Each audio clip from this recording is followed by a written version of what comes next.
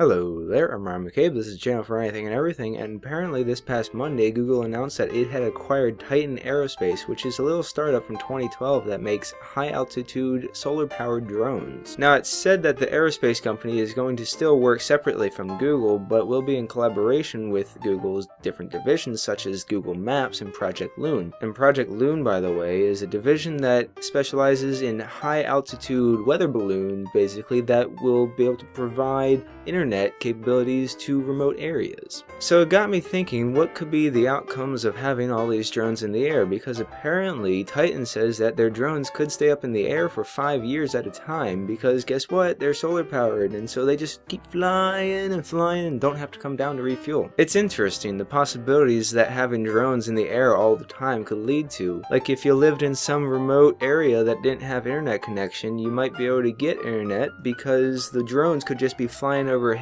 all the time and just be beaming down the signal, and you could access any information that you would ever need. It's especially interesting with developing nations because they might be able to start getting a proper internet infrastructure, and as soon as they get access to the internet, then they're going to be able to learn a whole plethora of new information, and they're going to be able to spread their ideas, and possibly humanity could prosper tremendously. Now, this idea of having drones overhead watching you if they have cameras constantly could be a little scary for some people, but you have to understand that it'd be more like a closed circuit television kind of thing, similar to how London is, where they have cameras covering every inch of the city. When I was living there for a month last semester, I saw a couple here and there, but never really paid attention. The only people that have to worry about it really are the people who are doing something illegal. Privacy is already fleeting, and I mean, if you just put a roof over your head and make sure that the drone's not hovering outside your window, you'll be pretty safe, so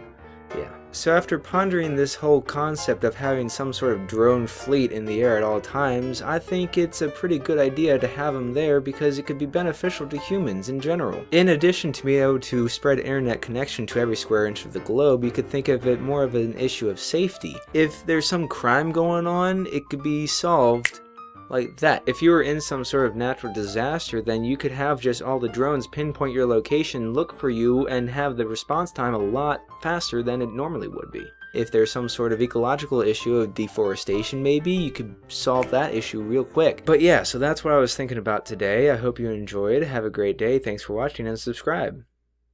A total lunar eclipse, or a blood moon, occurs only when the moon is completely inside the umbra. Otherwise, since total lunar eclipses are rare, most tend to be only partial eclipses.